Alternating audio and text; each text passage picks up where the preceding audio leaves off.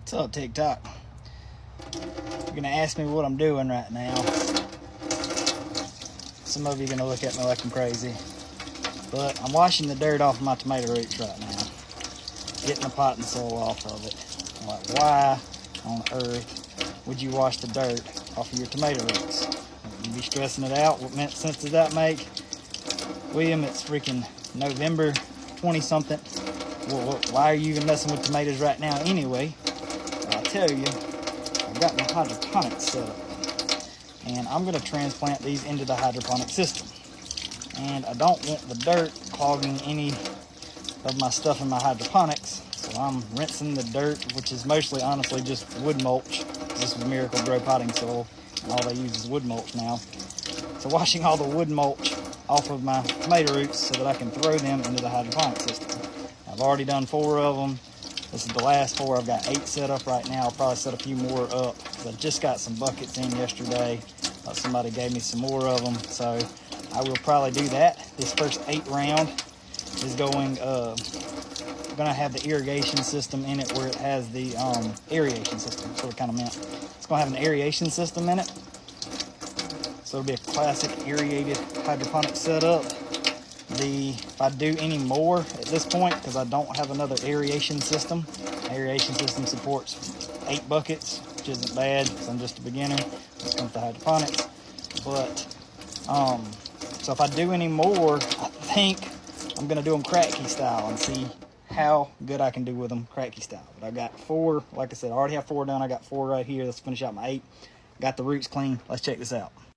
All right, so you could tell I got my bucket set up here. I already got those leaned in there. Yes, I know the cups are extraordinarily large, but I'm not doing anything fancy. You can see the bare roots there. You could probably hear the aeration system running. I'm literally just putting the roots in the water. Nothing fancy. You can try to put them between the little holes down there, but they'll find their way. I'm just propping them up, putting them in the nutrient solution.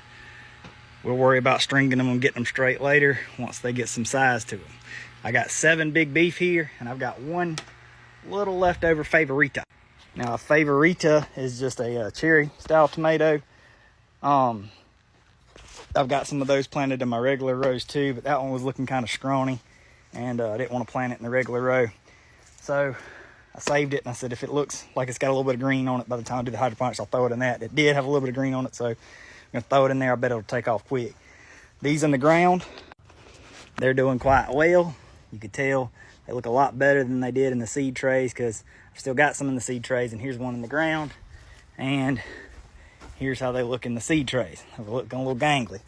Like I said, they're doing good on both sides. You can tell the greens are turning to them. They're starting to grow some to replace, but a few of them from mostly crickets.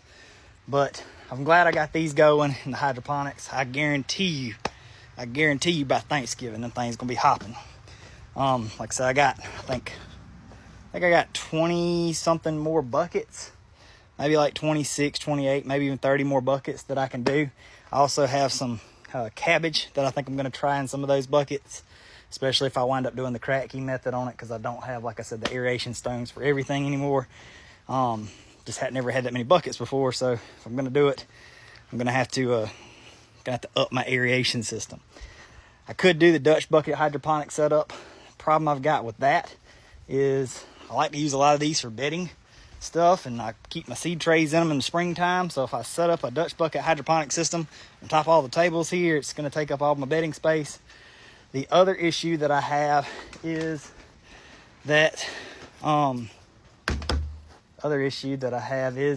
setting them up on the table is not going to be that great to begin with, because I mean, I do have plenty of space to grow them up, but man, I'm already starting my tomatoes at eye level right there. So once they get up to size, I'm going to have to run them up to the rafters, which means that I'm going to have to climb up on the tables and string them, which could lead to an interesting system. I might just go ahead and see if I can run them down the rafters and run them horizontal instead of vertical, and keep them going that way and have like a tomato tree aspect. But I can't promise you on that how that's going to turn out. But I also had down here, went ahead and got some stuff for my stove that I'm going to put in hopefully today. I'm about to drive over there and see if I can load it up in the truck and at least get it in here. I still got to get the pipe set up, and that window's coming out. It's going up front where I have a broken window at. So it's coming out, going up front, and that's where I'm gonna run the stovepipe through. I'm gonna put a heavy duty piece of plywood there, and then I'm gonna do the correct little collar system through the plywood, just like it was a regular wall. But that's the plan. That's the plan. I've never ran anything like that before, so I'll take you along with me. We'll see how it goes. But I appreciate y'all watching. Y'all take care. I'll give you an update when I can. Lord willing, I'll see you next time.